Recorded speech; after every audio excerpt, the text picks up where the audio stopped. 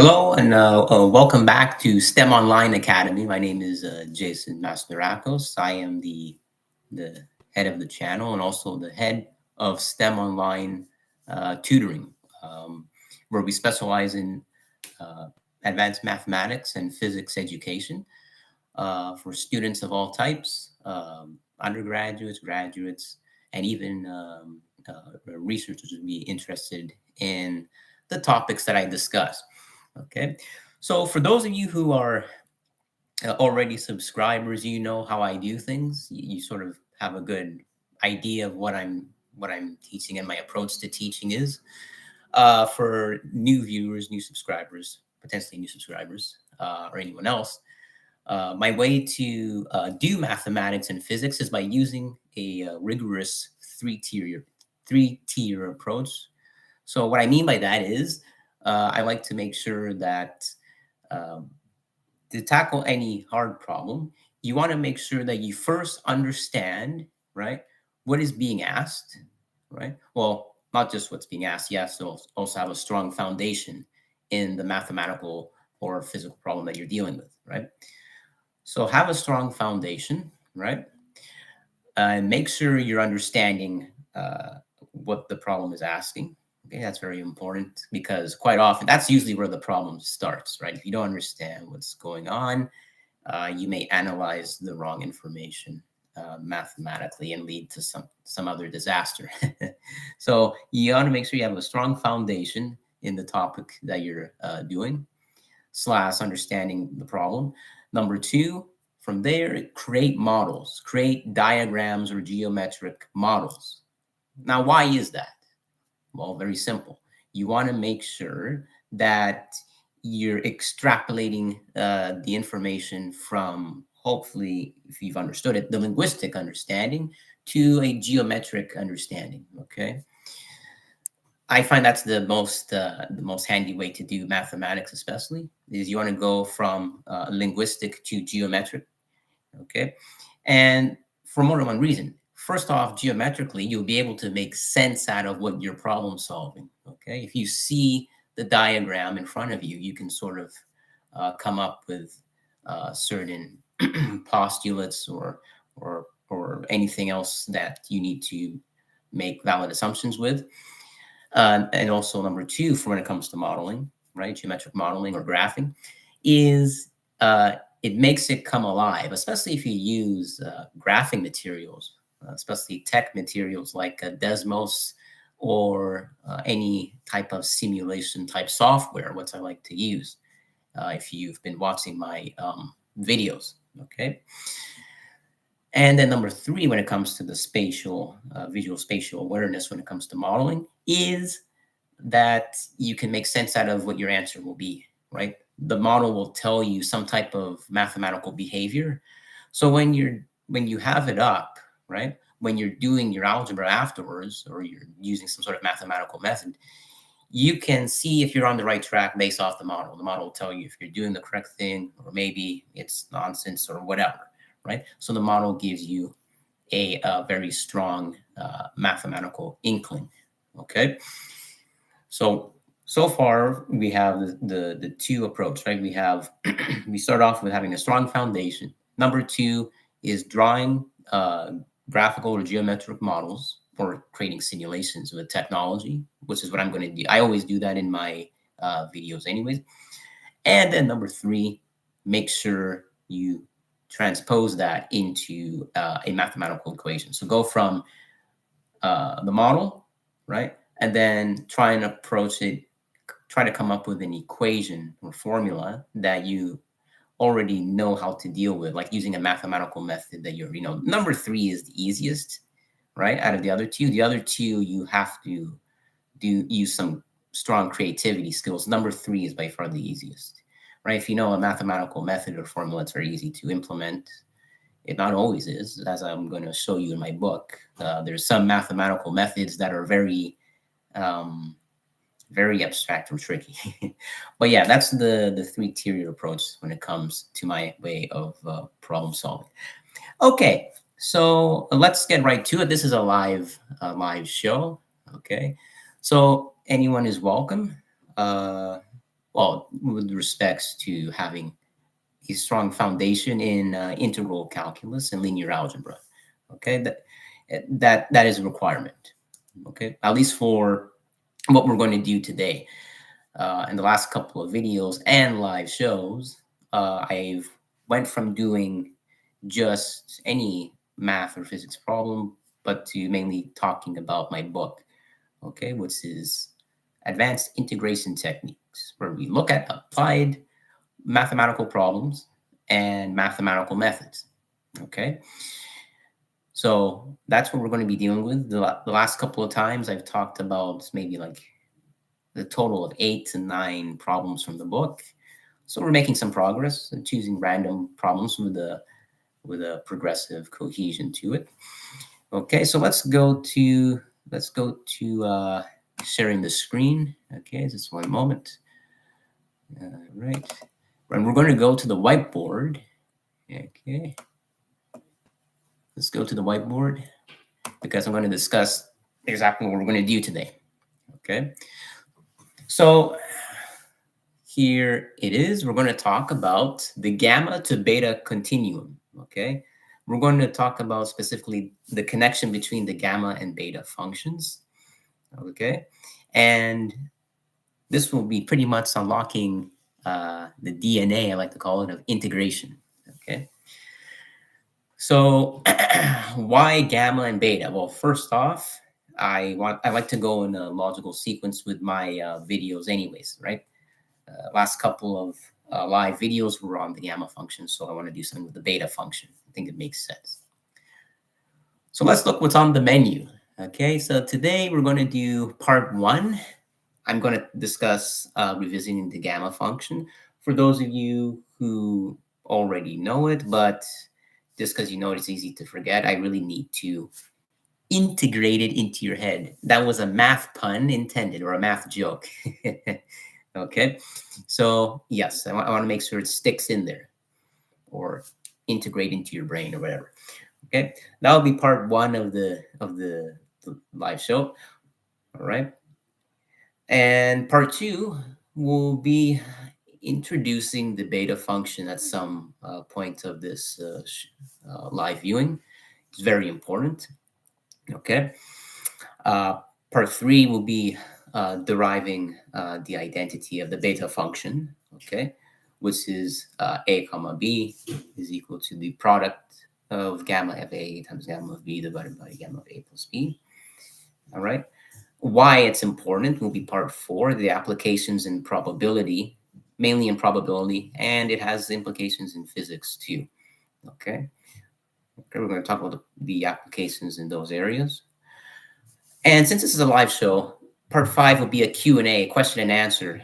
Give me problems that you find tricky in integral calculus or anything of that nature, close to integral calculus, okay?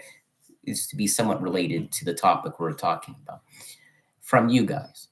So any very difficult or even open-ended problems, I will try my best. If they're open-ended, I know I won't be able to solve them completely, right? But I do have very strong logical skills given my background, right? For those of you who don't know, I should mention I am a mathematician and a physicist, okay?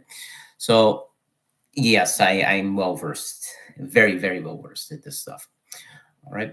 So, and then part 6 will be a closing plus homework challenge. I was going to put that down. I don't know if we'll do that if you have time. This will be a long live show.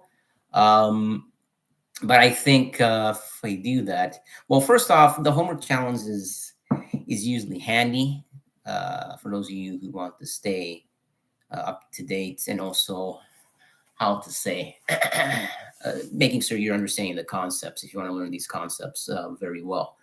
Okay, and it keeps you engaged in the material. So one, keeps you engaged in the material, and it also makes sure you're understanding concepts.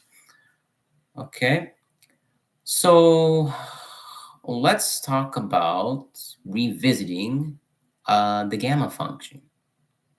All right, at the same time I'll go back and forth because I need to see if, let's go back to desktop. See if anyone is in the live show.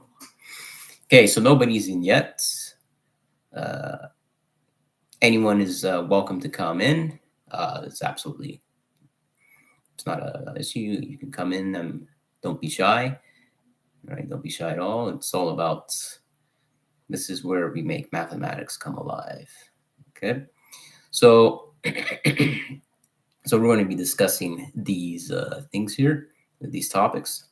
Okay, so let's go back. Let's go back to the whiteboard. Okay, so we're going to be discussing all these interesting things. So let's start off with part one. So we're going to revisit the gamma function.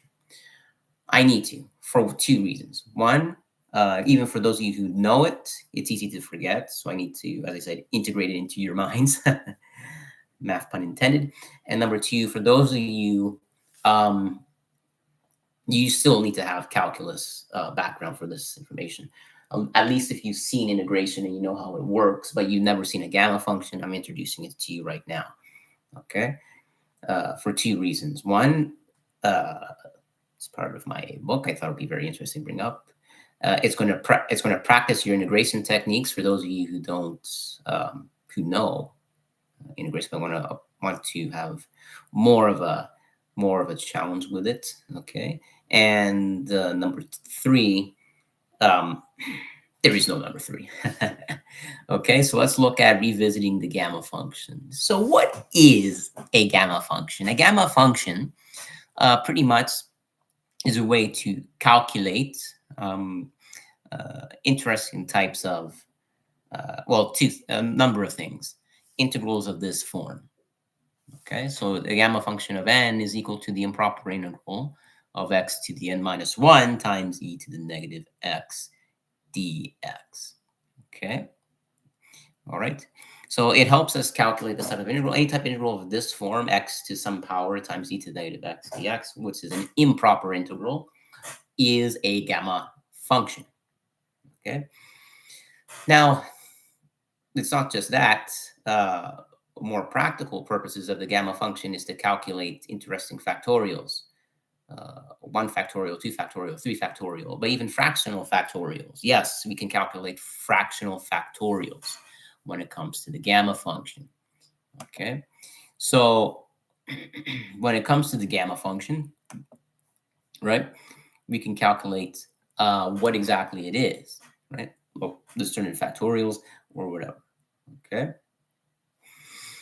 so you already know, right, that if you have a gamma of 1, right, should be gamma 1 is 0 and stuff like that. There's different values of the gamma function. I've mentioned them before, but I'm just going to sort of go through it again. Okay, so I think it would be good if we go through it a bit. All right, so let's not digress, right? Let's go to example 1. If you want to calculate gamma of 0, okay, so gamma of 0. So what is gamma of 0? So gamma of 0, we just plug in. That means n in this case is 0. Just use the formula, right? N is 0. So gamma of 0 would be equal to the integral, improper integral, of x to the 0 minus 1 power. N is 0 here, right? Times e to the negative x dx. Okay?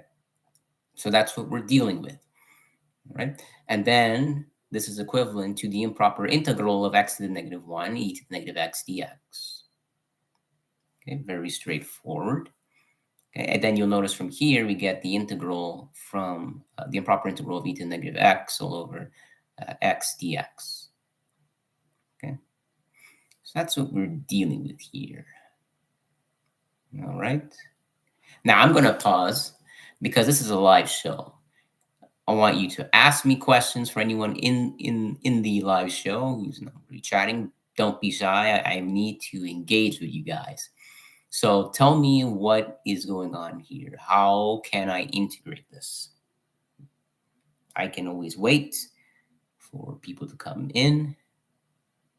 Don't be shy. Don't be shy at all. do this up. Anyone coming in?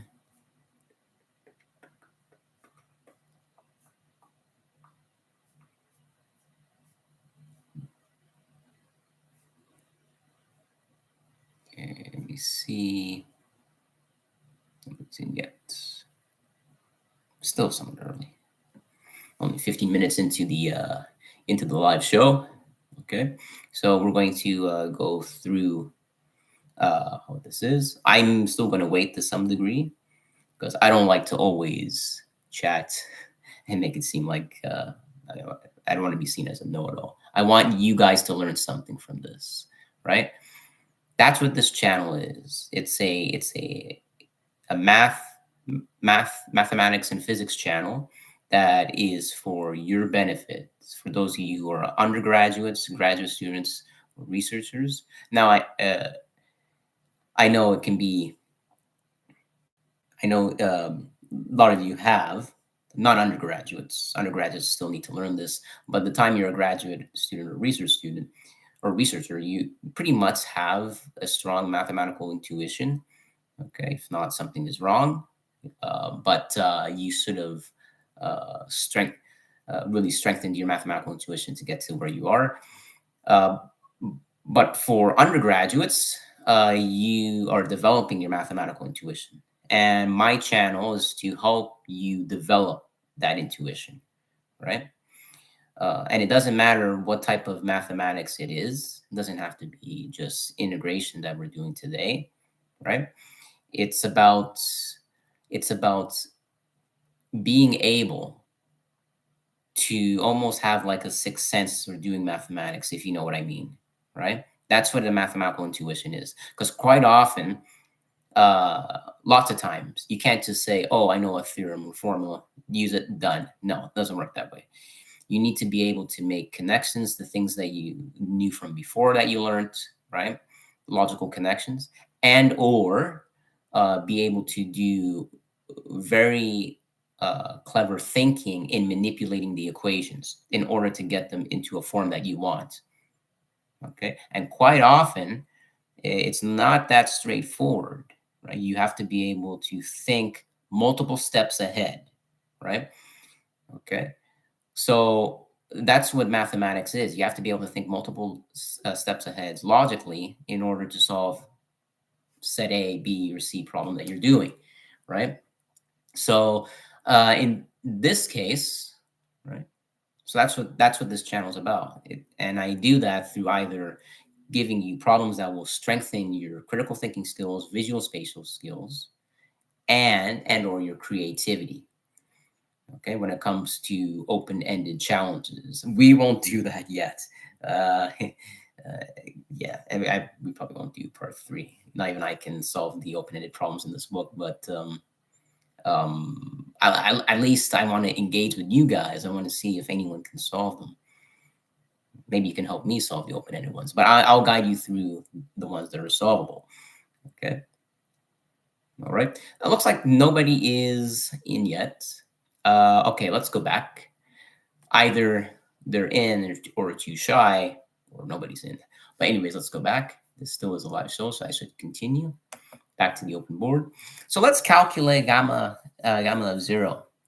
Okay, so gamma of 0 is equal to the improper integral of x to the 0 minus 1 power, e to negative x dx, improper integral of x to negative 1, e to negative x dx, and we said that the improper integral of e to negative x over x dx, I can bring the x downstairs into my integral. I think even someone with very basic integration skills would see that. Okay. All right, let's go to page 2. Okay, where is it? All right, so continuing. All right, so we're continuing now. So we have the improper integral of e to the negative x over x dx. All right, so that's what we're dealing with. Now, this integral, okay, I may have to erase this. I don't want to make an assumption. Okay, so I'm going to erase this part here. Okay, so we're dealing with some type of integral like this. Okay.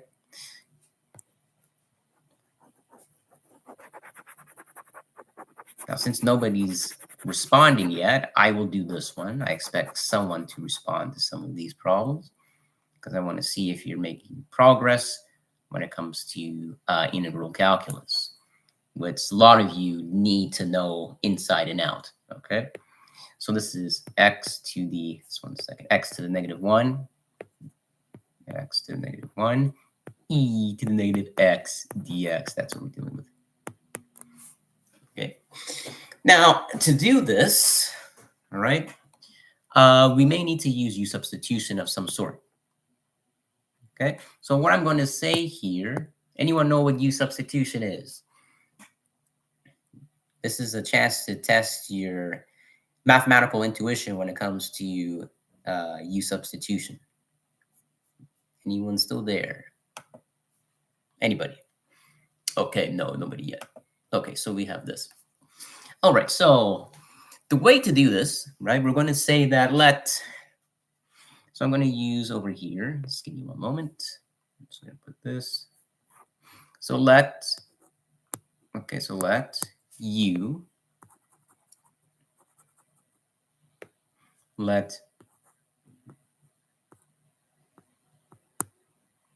where's the u? Remember what the gamma function is. We have to use special type of substitution here. Let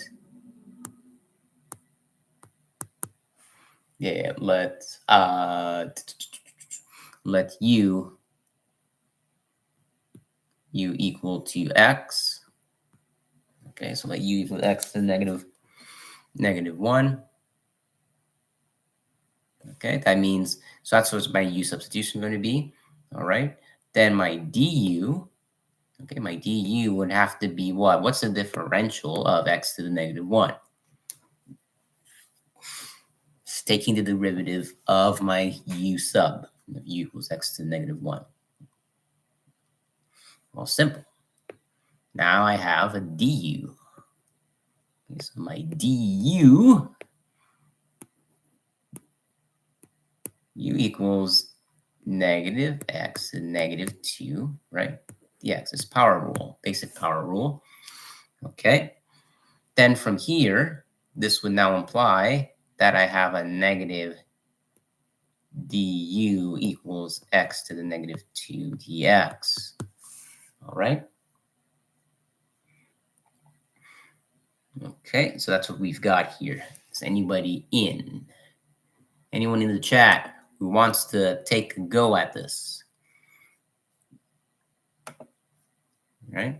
Now, as you can see here, this is why my book is very good for this type of process, for strengthening critical thinking skills and visual spatial skills, and creativity, either all three of the above, as I just said, or one of the three.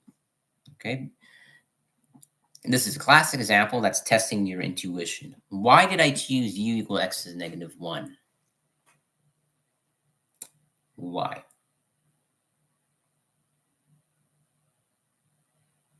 Actually, wait. I may have made a mistake myself. It's not that easy. As you can see, we're having u equal to x to the negative 1. Okay. Nope. We're going to do it like this. Okay, so 1 second. Let u to the negative 1, u to the negative 1 equal x. All right. That's what we're going to do. Okay, so we know that x is equal to u to the negative 1. Okay, so x is equal to u to the negative 1. How do I know that? I'm thinking a few steps above. If I have x equal to u to the negative 1 for my my substitution, okay, then when I take the differential of dx with respect to u, right, watch what happens. I get negative u to the negative 2 du, okay, and then I can multiply both sides by negative 1, cancels out the right hand. Negative dx equals u to the negative 2 du. In other words, I just substituted my dx, my dx with u to the negative 2 du. Okay. All right, so now I have that. Okay. And my x to the negative 1 will just be u. How does that help? Well, if I were to substitute that information in, it's going to reduce my u to a lower power, and it will be easier to integrate, right? Watch carefully.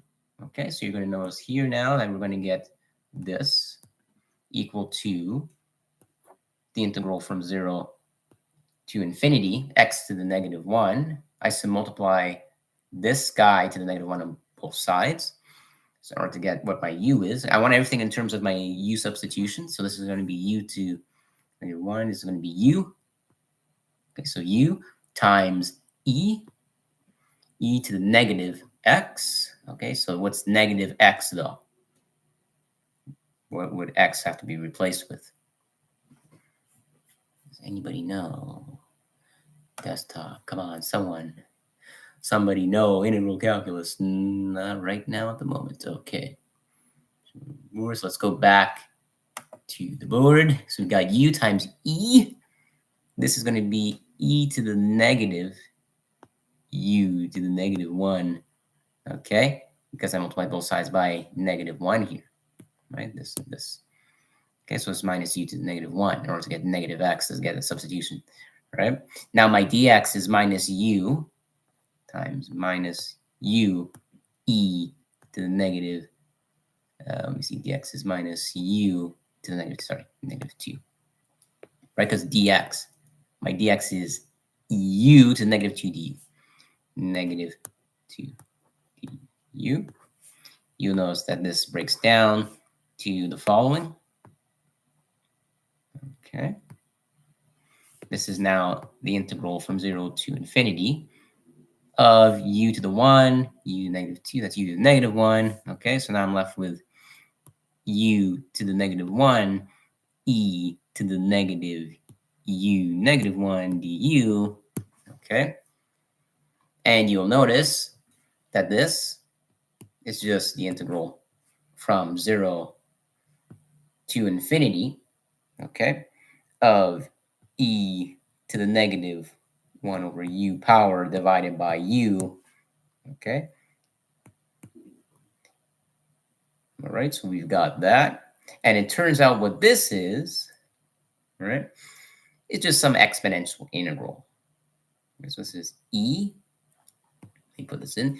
An exponential integral. I've talked about this in one of my old slides, where I was just talking about problems for AP Calculus, really interesting integral problems for AP Calculus students, AP or IB Calculus.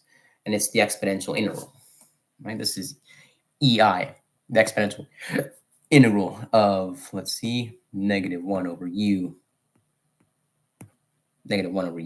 because it's the exponential integral, EI, exponential integral, that's what it stands for, of negative 1 over u of the function, where negative 1 over u would be negative x, right? So this is actually equal to EI of negative x, okay? Right, so we don't get an actual definite answer here for our gamma function of x to the negative 1 e to the negative x dx. In other words, what I'm saying is it doesn't have a definable answer, right? The fact that we came up with a expression that is arbitrary tells you it doesn't have a definite answer for gamma. If you're looking at the gamma function of what we're looking at, of 0, right? It's be undefined. You can't take the gamma function of negative numbers, okay? But anyways, to know how I got this to be EI of x, look at my past. You should look at my past videos way back. Would be really handy for AP Calc students. Even they don't always see it, but it's the fact that I introduce a lot of different methods and analysis skills would help even AP students or IB students. Okay, so that was the gamma of 0, sorry. Okay, now we're going to be looking at the gamma of 1/2. All right, we're going to the gamma of 1/2. Anybody here yet?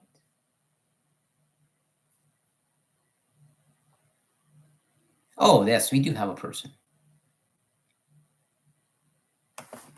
Thank you. I appreciate it. I really appreciate the comments. Yeah, and I'm glad to hear that you're willing to learn math again, and uh, good for you. Mathematics is, don't be intimidated by it.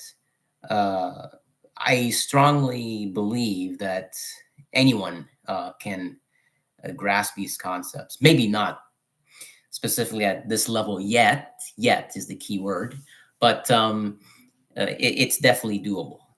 It just takes a lot of hard work. Okay, a lot of people think, oh yeah, you must be some sort of genius if you're a mathematician. And no, it doesn't work that way. It's as long as you have a very strong will to learn, you're consistent, you're disciplined, and you take it step by step. Okay, um, just by going, let's say, algebra 1, algebra 2, um, getting the foundations to be really strong is important, right? Okay. Yeah, exactly.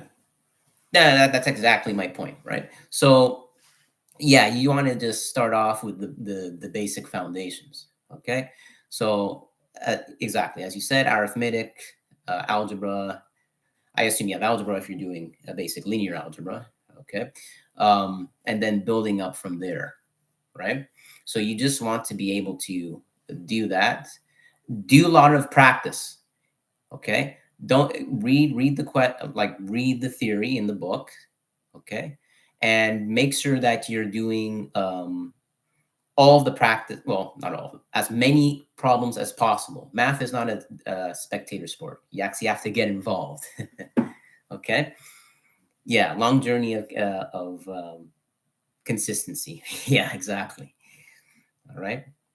But if you need any help along the way, I can always help you. Right? Uh, it's not an issue for me at all. I can give you resources that you need, any added resources, anything that you want.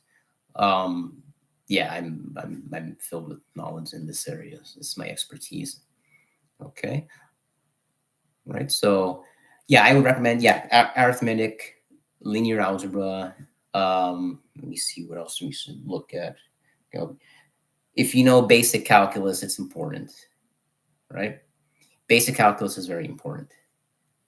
Very important for a lot of things, actually. Okay. So also make sure to look into that. I can always send you, um, I have PDF files of references as well that you may find handy if you ever need it. I'm always, can always contact me either through here or my email. Right, so I'll put it in the chat. Okay. Oh, I really appreciate it, and you're very welcome. Okay, yes, yeah. Calculus takes some time, I guess. Some people find calculus a little more trickier than, or just not necessarily trickier. They just find it um, just takes some time getting into. If that's the word I'm looking for. There's no trickier or easier when it comes to linear algebra or calculus. They're just you know, depends what you want to do first. That's what I should be saying. It depends what you want to do first, and then after go into the other one. But yes, okay, all right.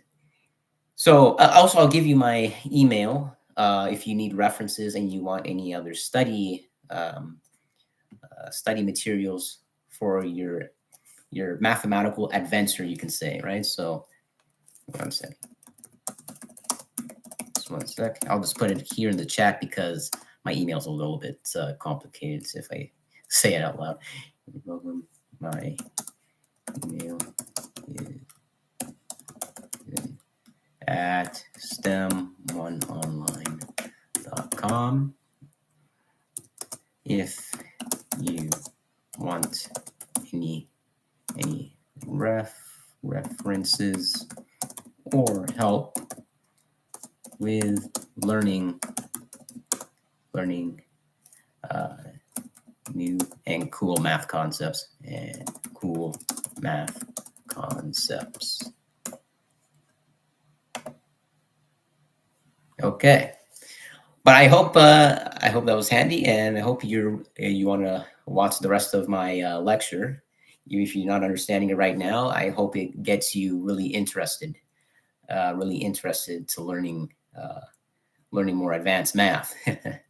Okay, so this would be if you're not understanding it right now, at least it'll get your curiosity boiling. All right, so let's get back into it. All right, so I was leaving off with for anyone else who wants to look at this as well. So let's just go back. So let's look at calculating gamma of 1/2. Okay, for those of you who already know this, but you need a brush up on this specifically. Okay, so as I mentioned, the gamma function is the improper integral of x to the n minus 1, e to the negative x dx. Okay, so the gamma of 1/2, I will just have to have n equal to 1/2. I think that's very basic, right? Because I'm looking for gamma of 1/2, but the gamma function at the function n, so n is 1/2 here, okay? All I have to do is plug in n equaling 1/2 right over here, okay? So I have 1/2 minus 1. Okay, I think that's very straightforward for anyone who has any question on this. All right. All right, so if anyone else has any questions, all right, so let's go back here. If not, okay, let's go back. So gamma of 1/2. So we have the improper integral of x to the negative 1/2 of e to the negative x dx. Okay, so we need to integrate this. All right. Now, for those of you who already know this inside and out, you must be asking, why am I going through this? And the reason why I'm going through this is because I have to make sure you guys remember and understand this inside and out, because for what I'm going to do later, it's going to be a bit of a mess, a mathematical mess. It's a lot of fun, but I have to make sure you guys understand what a gamma function is first. Okay. All right, so we want to integrate this. Now, if you notice here, again, just like when I was calculating the gamma function above at n equals 0, okay, you'll notice that regular integration methods, elementary, elementary straightforward U substitution doesn't work. Okay, because we're having a product function of this integral. Okay. Now, some of you will say, why not integration by parts? Why can't I use integration by parts? It's a product of two functions multiplied by some integral. Okay. All right. Anyone have any ideas?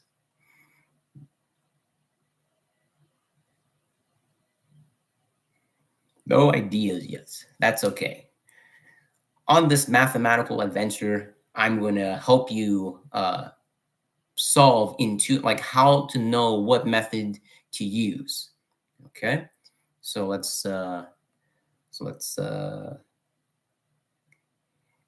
get through it. All right. So the reason why we don't use integration by parts here is because of the fraction. Okay, if I were to use integration by parts on this would automatically make my differentials really nasty. Okay, I'm going to have something that's going to be completely ridiculous, and I want to be able to keep reducing my integrals. Okay, that's why for this gamma function of 1/2 and the gamma of 0, I didn't use integration by parts. It would give us a bit of an issue, if that makes sense. Okay. Integration by parts is only used if you can see that your integral can be reduced, your product integral can be reduced into elementary terms that can be simplified. Okay. So that's what I mean by using the correct mathematical methods, right? You have to intuitively already know by thinking quite a few steps ahead.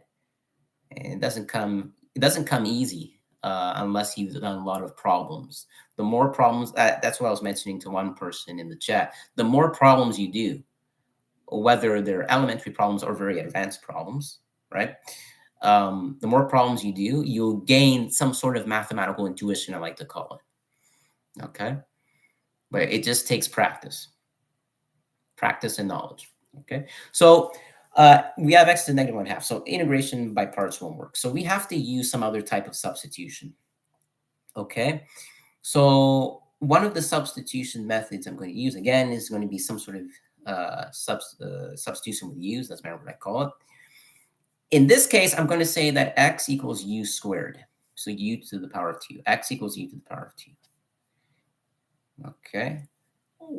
If anyone has any clever ideas why I did that, anybody at all, any clever ideas to why I let x equal u to the power of 2? Anybody? Anybody at all? Okay. Anyone know integral calculus at the moment? No, doesn't look like it. All right. Okay, so yeah, okay, let's get back to it. If nobody knows. Okay, so we're going to automatically do the following. So I said x equal to u to the power of 2. Okay. Now, some people would say, why don't I just let u equal to x to the negative 1/2? If I did that, I'd have to take the differential of u with respect to x. Okay.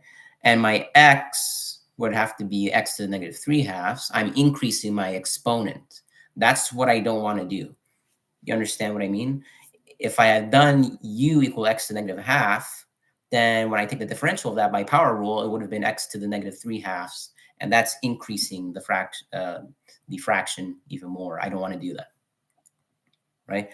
That's pretty much the hint when it comes to doing integration. You want your integrals not to be, okay, not to be in a way that they become more complicated. You want them to become cleaner. And what I mean by that is reduce. The powers to be reduced, because if the powers are reduced, it's easier to use certain mathematical methods. All right? And that's what I talked about in my book. All right?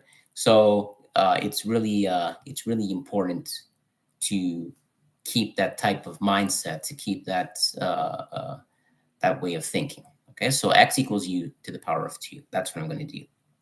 Now, if I do the following, so x equals u to the power of 2. Okay.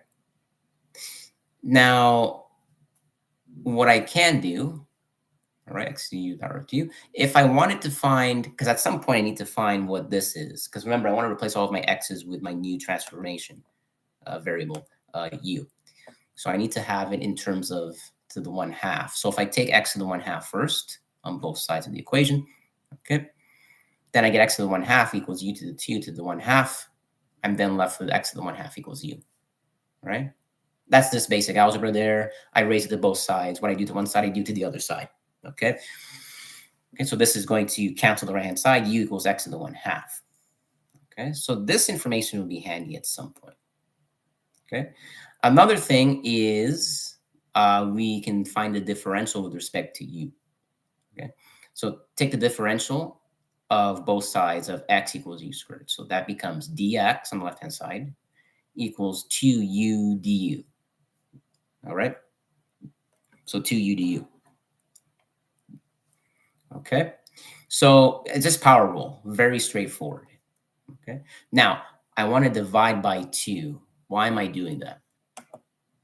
Anybody know why I'm dividing by 2?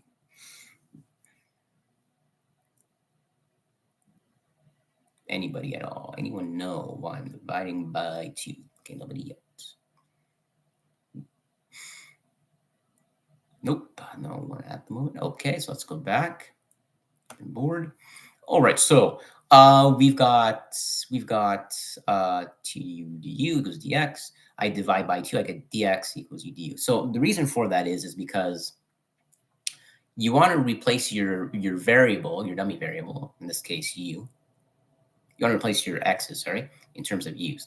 But the way to do that is to make sure that the left-hand side has constants. Intuitively, that's what you're looking for. You want to be able to notice that, okay? All right, so you want to be able to replace your x's with the appropriate u's. Okay, so that's what we've got there. And then what I'm going to do is I'm going to substitute now into my original gamma function of 1/2 here. This guy. All right, so we're going to replace everything with the appropriate u. Okay, so let's do u substitution. Okay, so u substitution now. We're going to do that right now. So gamma of 1/2 equals the improper integral, okay, of, now we're dealing with x to the negative half. If x to the half is u, then automatically this would be u to the negative 1, right? Right? If I took negative 1 on both sides here, let me just, if I did negative 1, right, if I found what x to the negative 1/2 is, x to the negative 1/2 would have been u to the negative 1, correct? Raise it to the negative 1 on both sides. I solve for x to the negative 1/2, and I know what that is in terms of u to the negative 1. Okay, so u to the negative 1 here, okay, times e to the negative u squared, because x is u squared. Okay, so then that means that I get e to the negative u squared. All right, and then what my dx is, replace your dx in terms of everything in terms of u. Okay, so this should be in place of my u's. Okay, so this is going to be u du. Right, dx is replaced everything in terms of u. So dx we found to be 2u du. 1/2 dx is u du. Okay, so if 1/2 dx is u du, that means that this would be 2u du. Yeah, sorry, this would be 2. Sorry about that. This would be 2u du. 2 u du. Okay. Okay, if any questions, is any questions in the chat? Anybody at all have any questions? Looks like not at the moment. Okay, if anyone new comes in, you can question me on anything. Okay, let's go back. So then we can move the 2 to the front of the integral. Okay, so this is 2. So now we're going to have 2 times the improper integral of u times e to the negative u squared du. I brought the u down because that was u to the negative 1. Okay, this cleans up to twice the integral from 0 to infinity of e to the negative u squared du. I'm going to put another step here. This is equivalent 2 times the integral from 0 to infinity. Okay. Now, for those of you who know multivariable calculus, or even if you've done regular second year calculus 2, sorry, in university, well, a lot of you won't, unless your prof is very interesting and he gave you applications of integration saying what this type of integral is. You may know what to do here. Anybody know at all? Guess what? It is a Gaussian integral, right? E to the negative u squared. Okay, just for those of you who don't know, those of you who do, this is a refresher, right? This is just calculating. I love pictures when I do math. I absolutely love it. Okay, integrating e to the negative u squared is just finding the area under the bell curve. Remember, when you integrate something, you're finding the area under that specific curve. So if you look at this, this is e to the negative u squared, let's say in this case. Okay, so e to the negative u squared. I like using different colors. It gets boring after a while. Okay, so e to the, just give me a sec. See here, e to the negative u squared. That represents the bell curve, area under the bell curve. Okay, and when I mean area under the bell curve, I mean all of this, all of this. Okay, finding the area underneath this curve here. Okay. Normally, if it was from minus infinity to infinity, which it is, I'm going to write it in terms of the integral from minus infinity to infinity. That's the area we're calculating. And the reason why I want to do that is because that's specifically what the Gaussian integral is, okay? It's specifically that.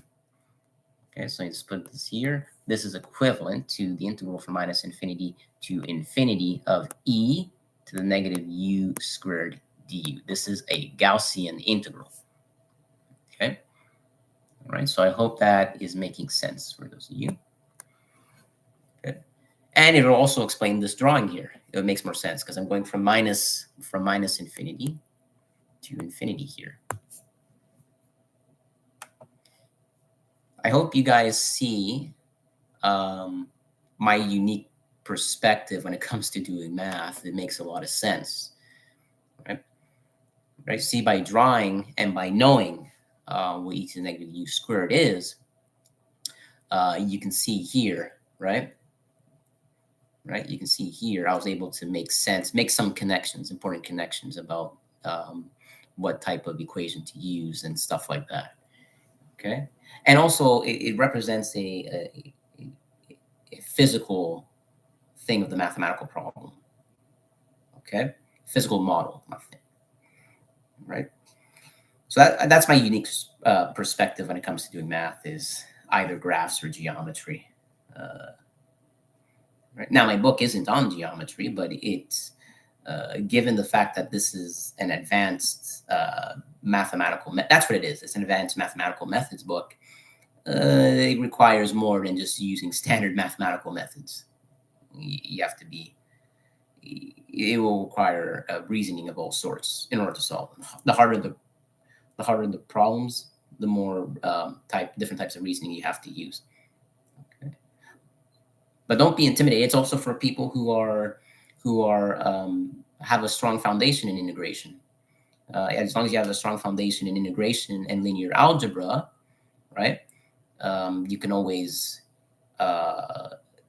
you can learn this stuff because it progresses from what the standard student would know when it comes to calculus, and then it builds up from there, right?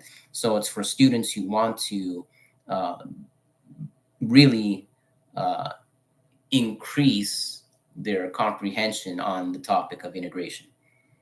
Okay, that's what this book is for. Students like that who are either going to use it for classes like calculus 1 to 3, maybe like multivariable calculus, complex analysis, even has applications in, as they said, quantum physics. So it builds up in that, right? As long as you continue to build up your comprehension mathematically, it will be very handy, especially in your career courses, if you're math, physics, or engineering. Or it's for also students who want a serious challenge, because there's an area. This book is not expected to be finished. There's an area of the book that requires that's only for outstanding students, like outstanding students or research individuals. Okay, there's a section in that, and I specifically say that in my book, a specific section that's only for cutoff for them. So it's not the type of book where you just do problem after problem after problem. It's partitioned for two types of individuals. If you're this type of student, you will be in this section. This type of student will look at another section. Okay, so it's a very interesting setup of how I've made it. Okay, any questions with the bell curve? Any questions on the bell curve? I wrote that. Well, I put that up because that explains why I can write it like this. So I can say twice the integral from 0 to infinity of e to the negative u squared is actually the integral from minus infinity to infinity. Okay, of e to the negative u squared du. This is the same as this. Okay, but having from minus infinity to infinity of e to the negative u squared is officially the gamma function. Okay, so then this now reduces to root pi. And that is exactly what the gamma function of 1/2 is. Okay.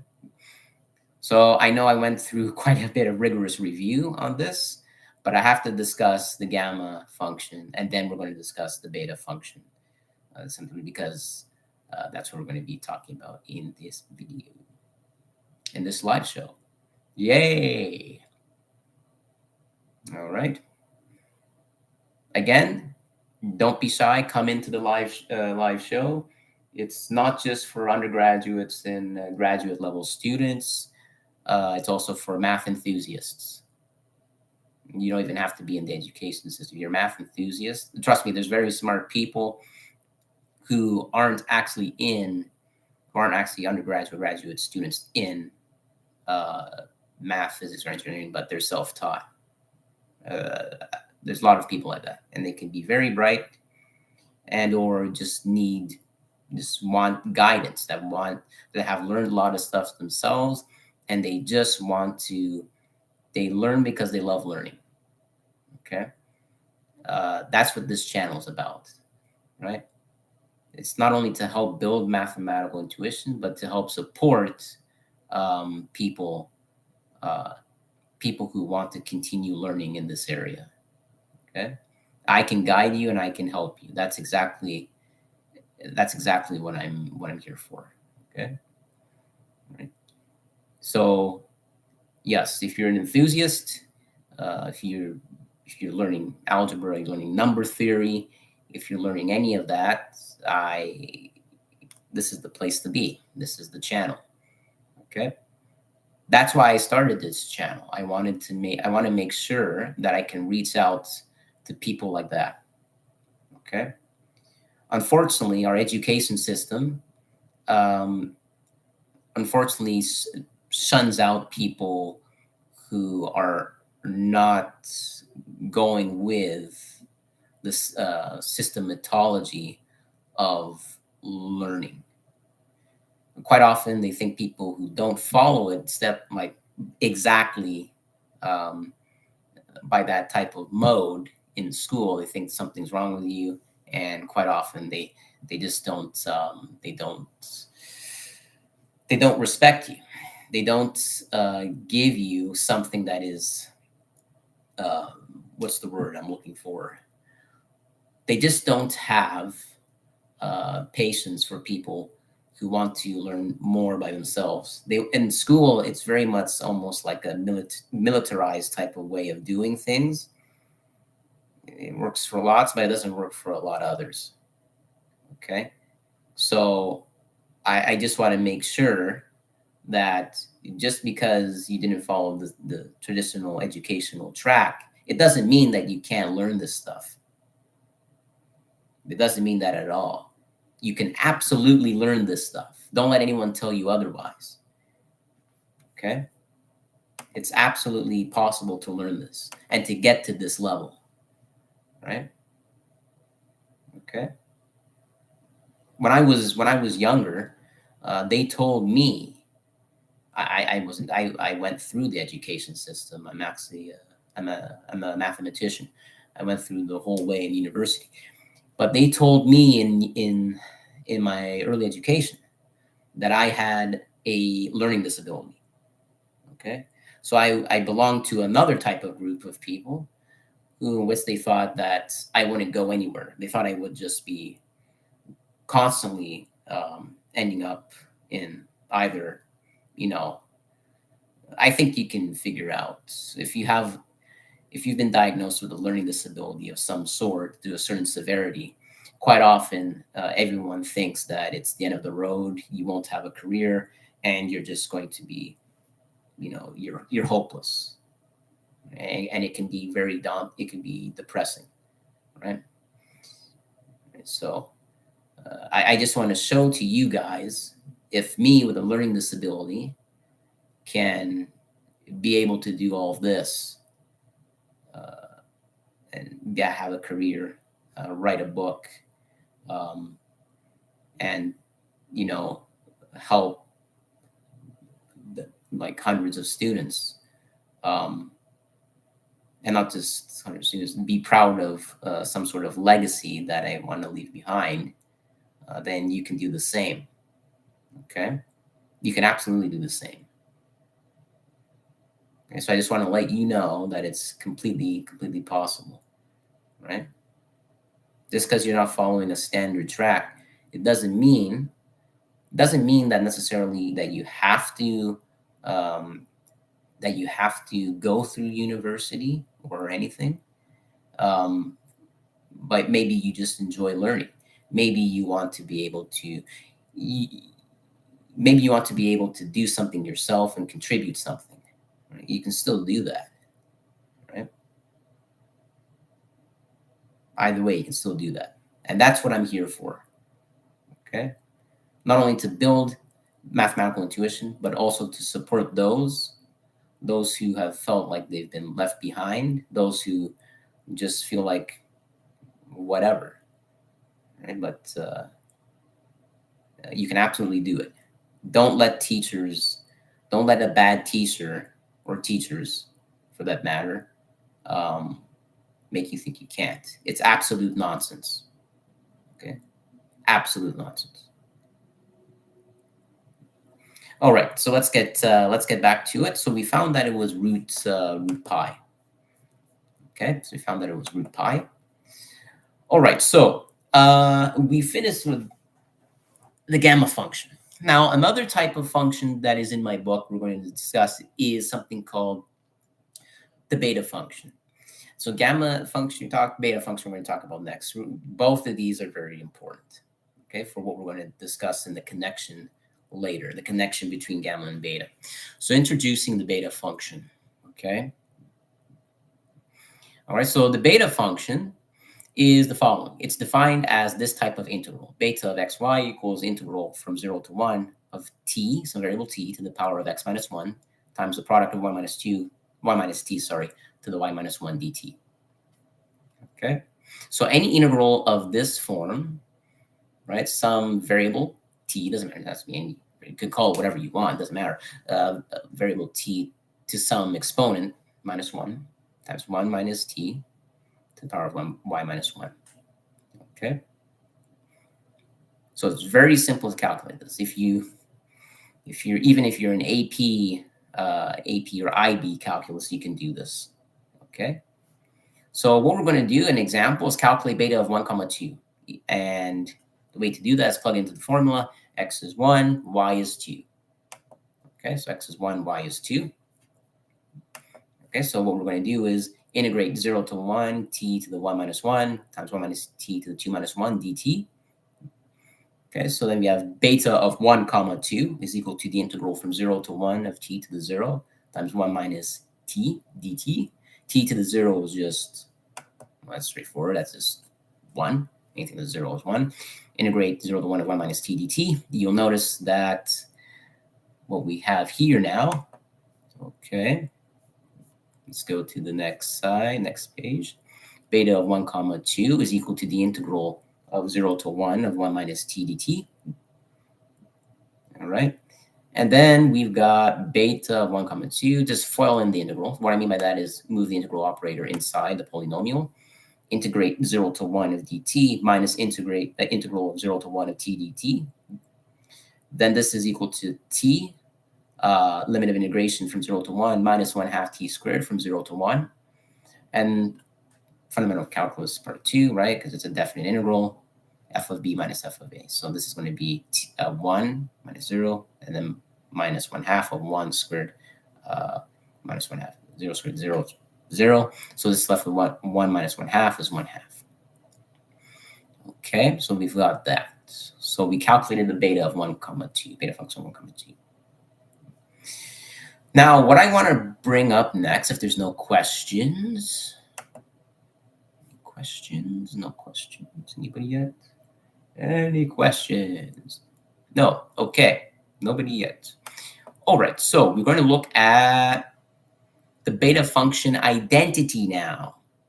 Okay, so the beta function identity, beta of x comma y is equal to gamma of x times gamma of y divided by gamma of x plus y.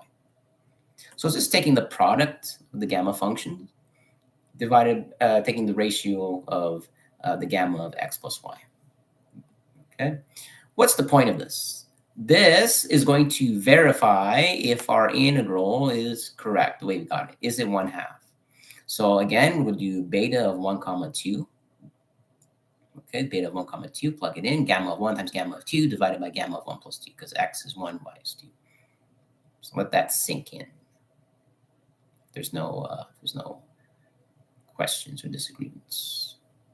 All right. So then we get gamma of 1, gamma of 2 divided by gamma of 3. Now, gamma of 1, right? Gamma of 1 is equal to 1 minus 1 factorial, right? How can I do that? How do I know that gamma of 1 is that? How do I know?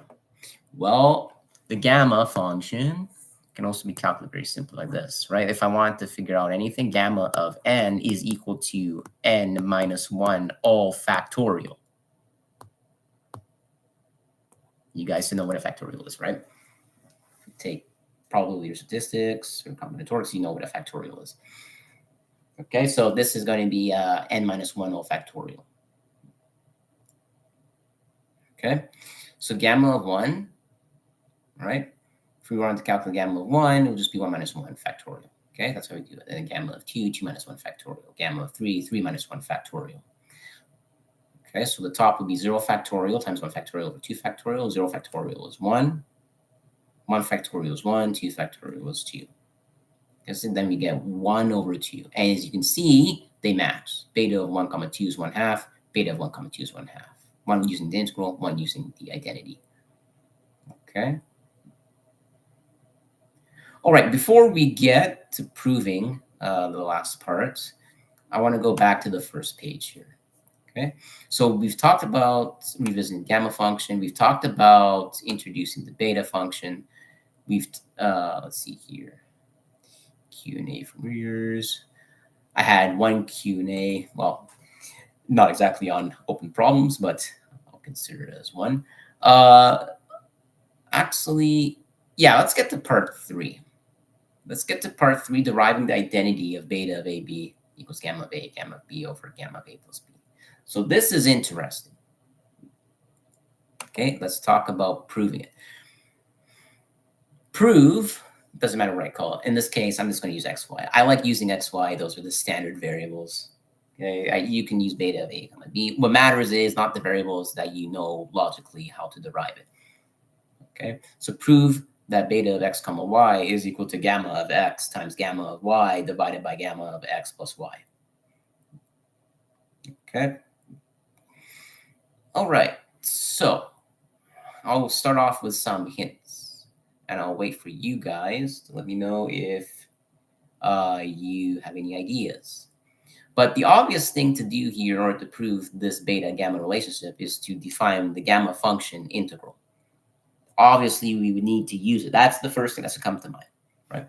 Is using the gamma function integral. So we already know that the gamma of x is the improper integral of t to the x minus 1, e to the negative t dt. Okay? So that's gamma of x. We need to know what gamma of x is. Okay, got my gamma of x. Then we need to define what our gamma of y is. Now be careful. What do you think? How would my equation look for gamma of y?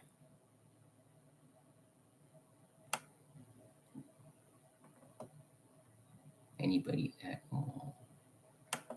Anybody know what it would be? Anyone at all? Okay. I think anyone else is there. All right. So, or some of you are shy. Doesn't matter. So what we're going to be looking at is doing this. Okay. Right. I'm going to define gamma of y to again be an improper integral. That's straightforward. Now, I'm not going to use t. I'm going to use another variable. Doesn't matter. You can use a, b, or whatever. I'm using the next closest variable, s, to the y minus 1 e to negative s ds, where y is greater than 0. Now, why did I choose s? Well, first off, I'm taking the gamma function of y. So my variables are going to have to be different now.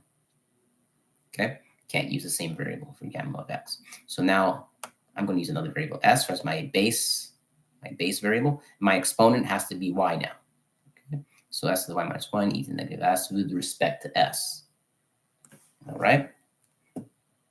There's any questions? I don't think there's any questions. Not that I am aware of. No, not that I'm aware of yet. Okay, so it looks like we're good. We are good to continue, I believe. If there's any questions.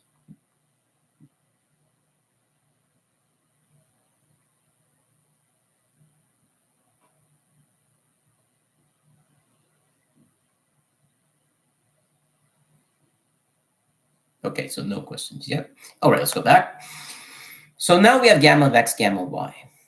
Now, it's to be very easy to figure out why I want gamma of x, gamma of y. If I define gamma of x, if I've defined correctly what my equations for gamma of x, gamma of y is, I can take their product, right? Because I want to derive gamma of x times gamma of y over gamma of x plus y. Okay, so I now have my gamma of x and gamma of y. So the next thing I need to do is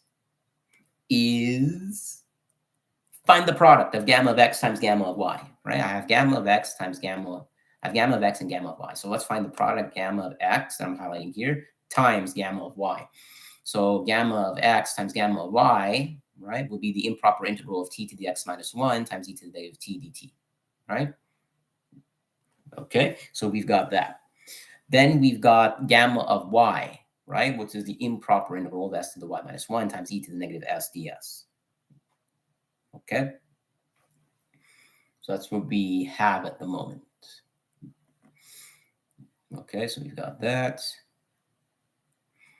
And then from there, right, this is very easy.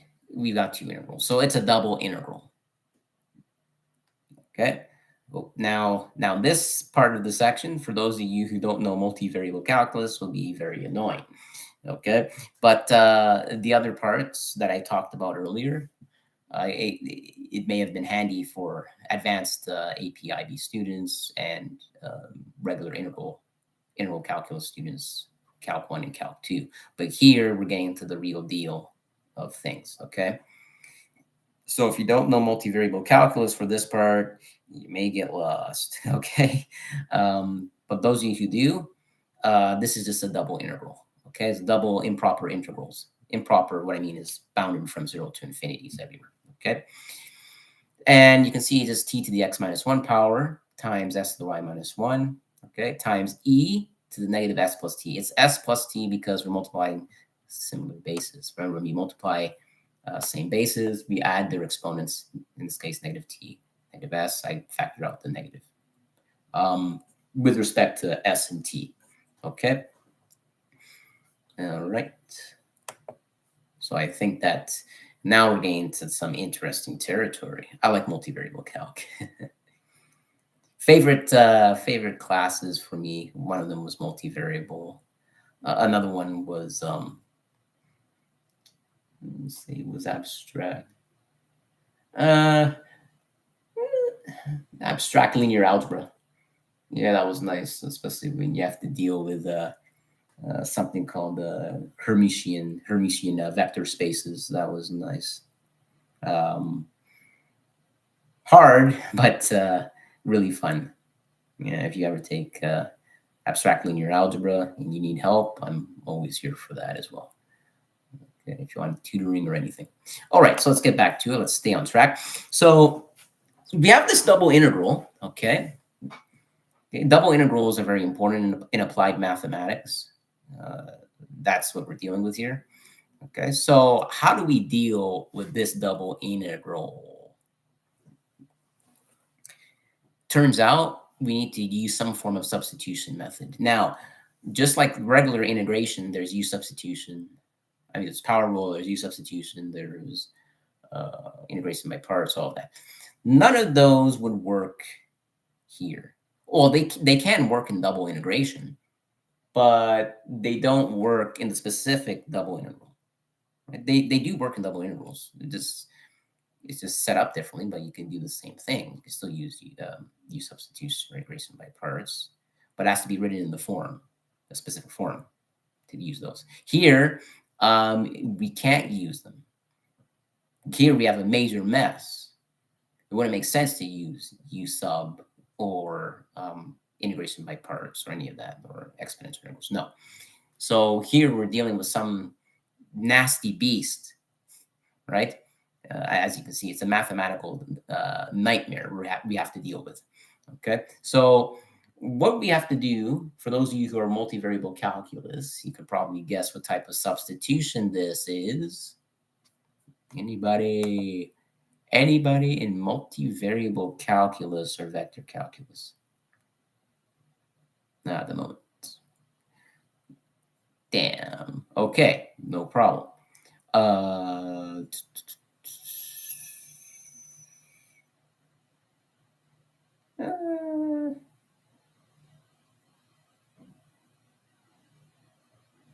let me see. No, not at the moment. Okay, so no problem. We're getting back to this. So the way to do this um, is to do a specific type of substitution. Okay, so you see how I have S and T's now. Okay, this may not make sense for those of you who've never done this before, but we do something using a regular substitution with U's and V's. Let S equal to the product of U times V. Okay, let T equal to U times 1 minus V. You will learn this in multivariable calculus. That is a very fun class. So when you take it in university, or if you want to learn it by yourself, they'll discuss specific types of substitution methods for double integrals. Usually they're straightforward or any other type of substitution. But when they require Jacobian determinants with this, which is what this will require, then we have to find substitution methods for U's and V's, rectangular sheared planes. Okay, so S equals U times V, T equals U times 1 minus V. All right, so that's what we're dealing with. Okay. All right, so let's go to the next slide. It's going to make sense why we're doing this. So continuing on, S equals UV and T equals U times 1 minus V. Now, this substitution, when we do this type of substitution with U's and products of U's and V's, we have to use something called a Jacobian determinant. For those of you in linear algebra, you know what a determinant is. If you have A, B, C, and D, you cross multiply the top end or the bottom, and then minus the left bottom end and the top end, right? Okay. But a Jacobian determinant is like that, but you're taking the partial derivatives. Okay. So Jacobian here, my Jacobian would be, this case, you take the partial derivative of the function with respect to one of the variables. Partial derivatives, as you know, is a derivative of multivariables. Okay, so here we're going to have Jacobian di S di U, right? So Jacobian is going to be di S di U, then di S di V, right? That's the first row. Second row is going to be di T di U, then di T di V. Okay, anyone know about this? Anybody new here yet? Okay, not at the moment. Okay, continuing. Nothing else. So di S di U, that's just saying take the derivative of S with respect to U, and everything else is constant. So the other variable remains constant. So if V is constant and I'm differentiating with respect to U by power rule, then it's just V. Okay. And then the same, di S di V would be U. Okay, so I dealt with the S as a function of U and V. Now I'm looking at T as a function of U and V. Now it's going to be di T di U. Okay, so di T di U would just be 1 minus V, right? Because 1 minus V is constant. U is the 1 minus 1 by power rule would have been 0. So it's left with 0. U to the 0 is 1. So that means that we're left with 1 minus V. And then di T di V is very straightforward, negative U. Okay. All right. I don't think there's any dispute there. No disputes I'm seeing so far. Oh, I think we have another person here. Do we have another person coming in? Welcome, welcome. Please come in. Don't be shy. Please don't be shy. This is all anyone interested in mathematics, come in. It's not an issue. Don't be shy. We can discuss interesting topics together. Okay, let's go back. All right, so taking the following, then we use, now that we took the partial derivatives, then we just apply regular determinants, multiply this by this, V times negative U, and then minus 1 minus V times U. Okay, so now we get minus UV minus U times 1 minus V. Okay, multiplying out the U and then the UV, I get negative UV minus U plus U times V, because negative times negative is positive. Like terms cancel, minus UV plus UV, I'm left with negative U. So my J, my Jacobian, that's what capital J represents. My Jacobian is automatically negative u. Okay? I think that is straightforward. If anyone has any questions about what I am doing, anyone new at all? Okay, not at the moment. All right, so let's go back. Okay, so we have that. Now that we have this information, we have our parameterized equations s equals uv and t equals u times 1 minus v. We need to figure out everything in terms of u and v. We need to solve them in terms of u and v. Okay, we want the way to do a Jacobian determinant, a Jacobian substitution into a double integral is to make sure you rearrange for u and v, and you have u and v as a function, in this case, as s and t. Okay, so we need to rearrange both parameterized equations. So first, s equal to uv, solve for u equals s over v. Okay. Now, the second parameterized equation, t equals u times 1 minus v, okay, would be t over u equals 1 minus v, correct? I'm solving for v, so I just want to get rid of that u there. Okay, if that makes sense. So t over u equals 1 minus v. Now, solve for v. V equals 1 minus t over u, because I'm rearranging for positive v, not negative v. Therefore, if I get common denominators, v equals u minus t over u. Okay, so now we've got that. If there's no dispute, hopefully this is sinking in.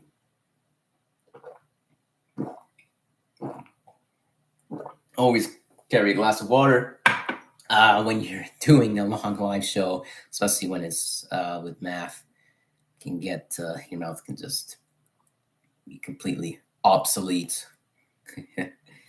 Yeah, not obsolete like AI, but anyways. Hey, all right, let's continue. So we have u and v now. Okay. So far we're accomplishing what we want to do. Well, not quite. Remember, I said u and v need to be represented in terms of your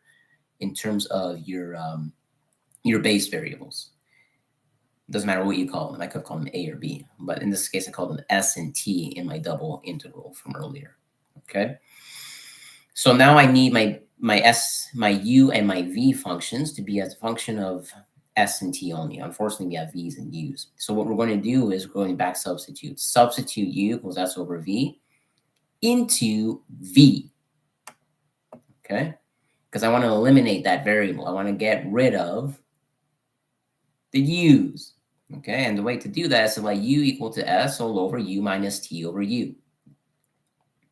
Now, this is equivalent to saying u is equal to s times u all over u minus t, because I'm flipping the reciprocal because I'm dividing, okay? Therefore, u is equal to su over u minus t, okay? The next logical thing to do is to cross multiply the u minus t. So u minus t times u is equal to su. Why did I do that? You'll notice that the u's will cancel on both sides. I'm left with u minus t equals s. Okay, so u minus t is now s. All right, anyone is there? Okay, no questions yet. U minus t is s.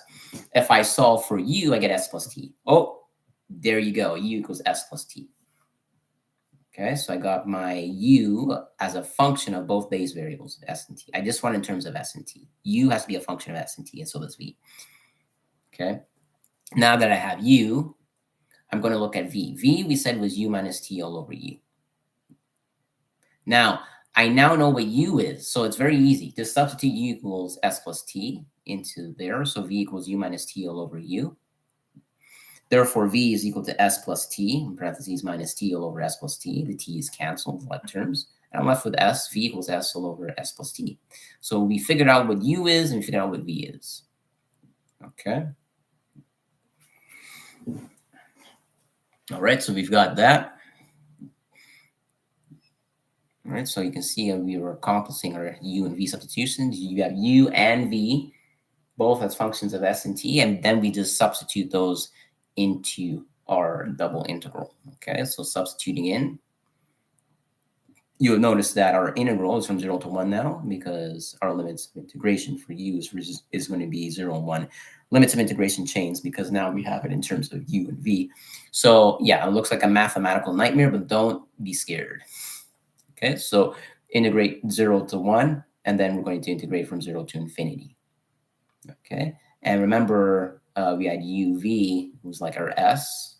Remember, we had s to the x minus 1, so s got replaced with u times v. So u times v to the x minus 1 power times u times 1 minus v in parentheses to the y minus 1. Okay, right? This was the other variable, it was t or s, doesn't matter.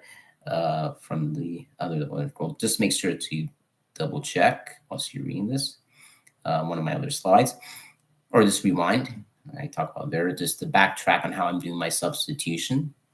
Okay, so u times 1 minus v to the y minus 1 power times e to the negative whole power of uv plus u times 1 minus v in parentheses times, that's in the exponent, times, now I'm outside of the exponent, the Jacobian determinant, which is negative u du dv, right?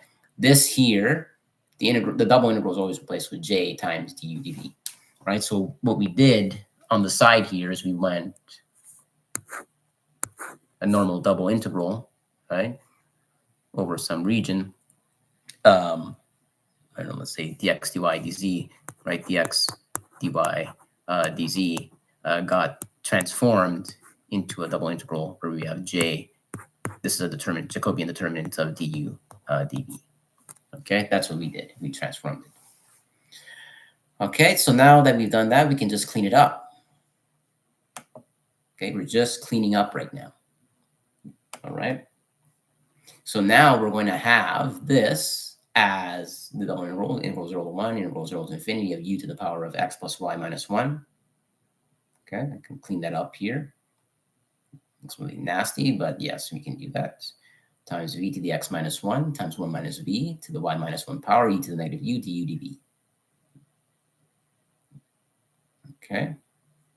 It's going to be straightforward. There's no disputes. Something has any disputes with that. No disputes, right? Or if there's nobody here, I'll continue going. All right, so let's go here. Now we have our integral of 0 to 1 of v to the x minus 1 times 1 minus v to the y minus 1. Okay, dv. Then we've got another integral. We can split this up. This double integral could be split up again into individual integral products. So integral 0 to 1, as I said, v to the x minus 1 minus v to the y minus 1 dv times the integral from 0 to infinity of u to the x plus y minus 1 times e to the negative x du. And you can see we're almost done, because this guy here is written in terms of a beta function. So I said beta of xy. This here is written in terms of some sort of gamma function, right? This is written in the form of u to the x minus 1 e to the negative x. Or in this case, be careful, x plus y is that x here. See what I mean? So this is the form of gamma of x plus y.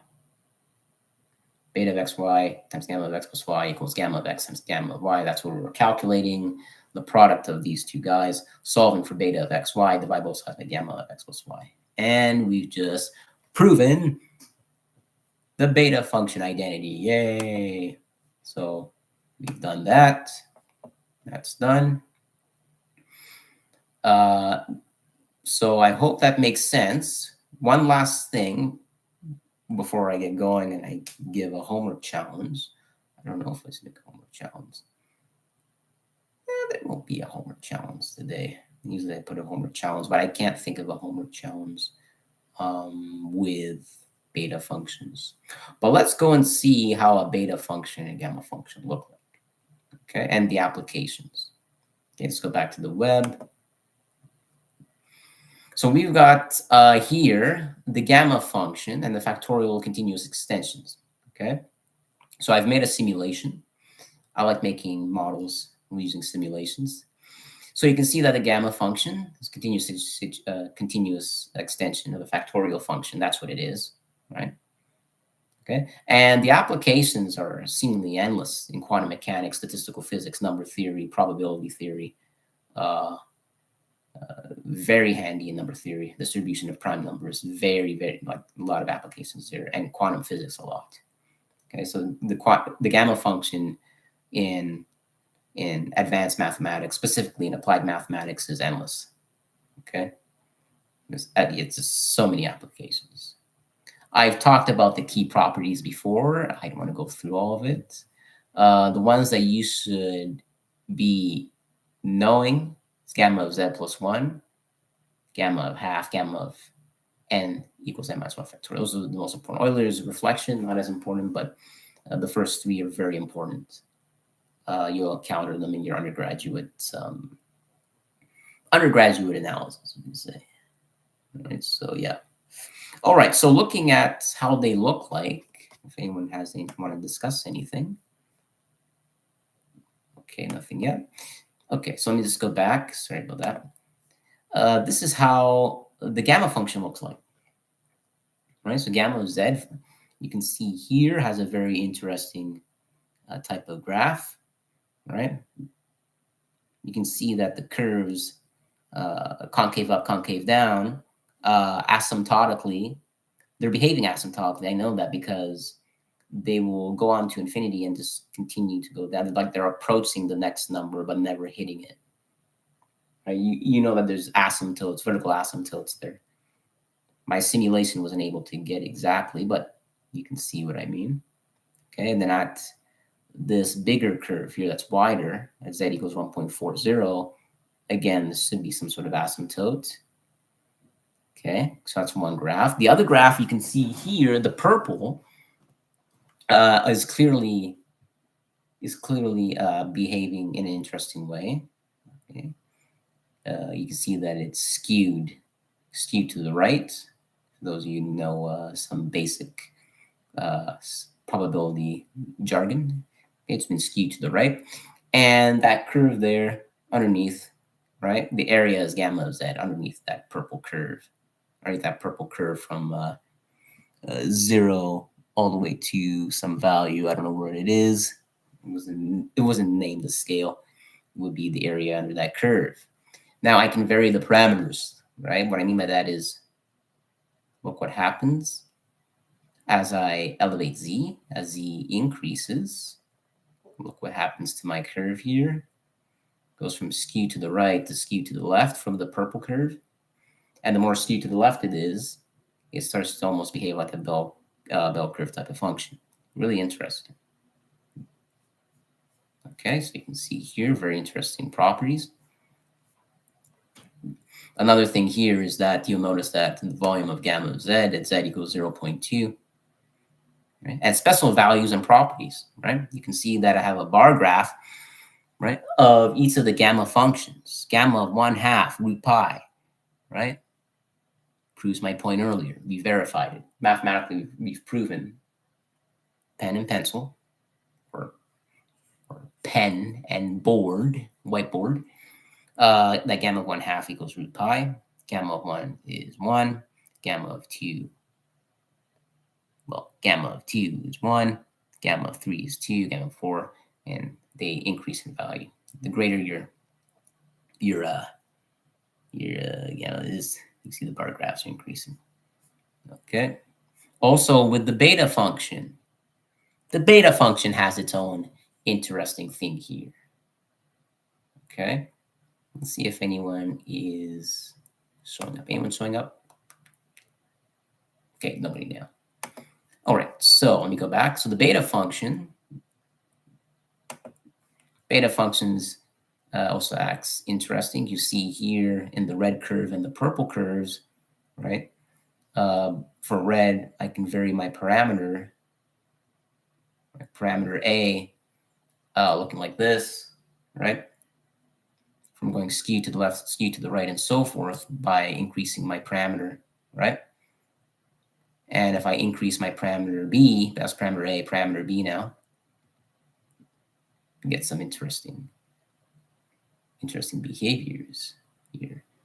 Not only am I skewing left to the right or right to the left for both beta distributions for the PDFs. PDF means probability density function.